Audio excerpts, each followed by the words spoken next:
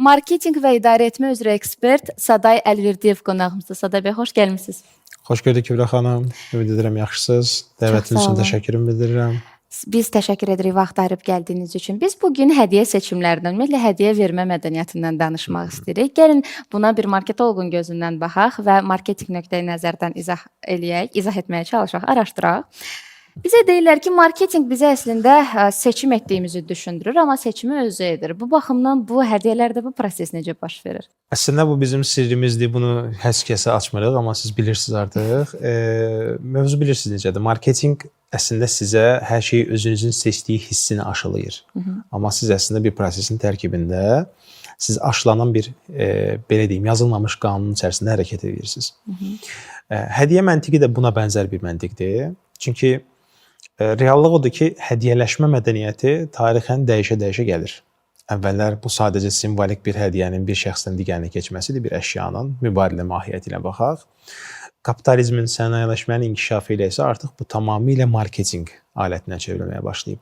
Bayramların artması, bayramların yaranması, mövcud bayramların daha kəskin hal alması bizə qeyri-adi xüsusi günlərin yaranması. Bəli. Tamamilə belə deyim, cibimizdəki pulun artıq bizdən uzaqlaşması əvəzində isə bir mənəvi hisslərin aşılanması bir proses kimi biz bunu təlqin edirik. Marketinqdə isə hədiyyələşmə sırf bunun özəyində ortaya çıxır. Yəni əslində qarşı tərəfi sizin hədiyyə vermək istədiyiniz və hədiyyə almaq istədiyiniz, özünüzə qəbul etmədiyiniz məhsulların sizə bir növ hissinin formalaşdırılması prosesidir əslində hədiyyələşmədə. Yəni necə?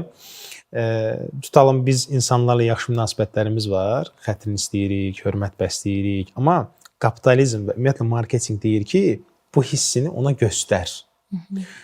Bu göstərmə ən bəsit formada sözlə ifadə edirik, amma söz də bir yerə qədərdir. Siz onu nə qədər tanıdığınızı, onu necə bildiyinizi, ona hansı dəyər verdiyinizi bir şəkildə sübut etməyə çalışırsınız. Və bunu səssiz mesajlar formasında verirsiniz. Baxın, hədiyyə mahiyyəti budur. Endirim və tələskənlik strategiyaları insanların rasional düşünmə qabiliyyətinə necə təsir edir?